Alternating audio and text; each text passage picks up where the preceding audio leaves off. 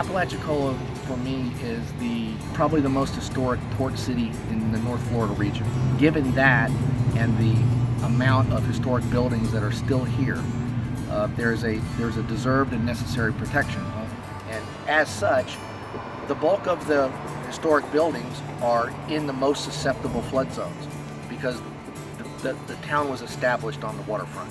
My name is Cindy Clark, and I'm the project coordinator for Apalachicola's Achieving Resilience Through Hazard Mitigation. This is a grant that funds the study and recommended mitigation measures to flood-proof and/or elevate publicly and privately owned historically important structures along Apalachicola's commercial waterfront. I think something I'd like to impart to the citizens in the community of Apalachicola and other residents around the country is the fact that our flooding is increasing. The frequency of flooding is increasing. The intensity of rainfall and runoff is increasing. We're seeing more flooding occurring now either in coastal areas or interior riverine areas than what we've ever seen. We're seeing a spike in damages that can go upward to almost $100 billion in damages. We sit at the nexus of the Apalachicola River and the Apalachicola Bay. We're about a quarter of a mile from where they meet, and all of our historic downtown structures are located in this area. It is the economic heart of the city of Apalachicola and actually Franklin County.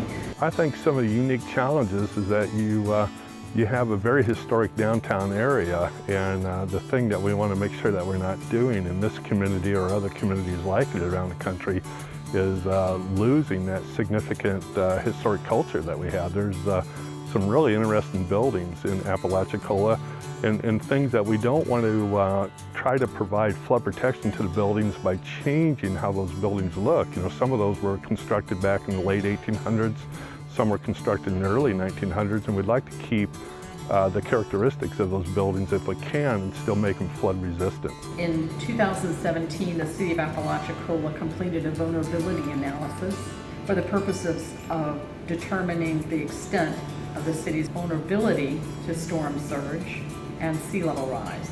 The city imported the NOAA model data sets, 1 to 6 foot increments, into the city's GIS system as layers to show potential impacts of sea level rise on parcel inundation, as well as identify areas of impact to critical infrastructure, roads, historic resources, property values, and the potential economic impact.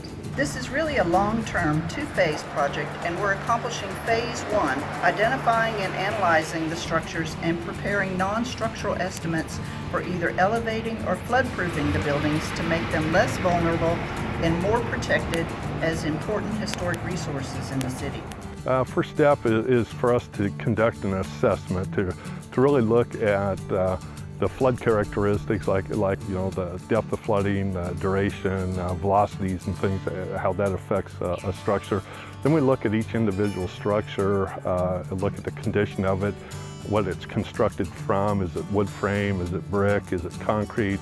And then from those items we start to look at what we can do. You know, is it with the depth of flooding, is it something that we think we could dry flood-proof without changing the structure, or would we have to consider elevation of the structure to place it up above the base flood elevation?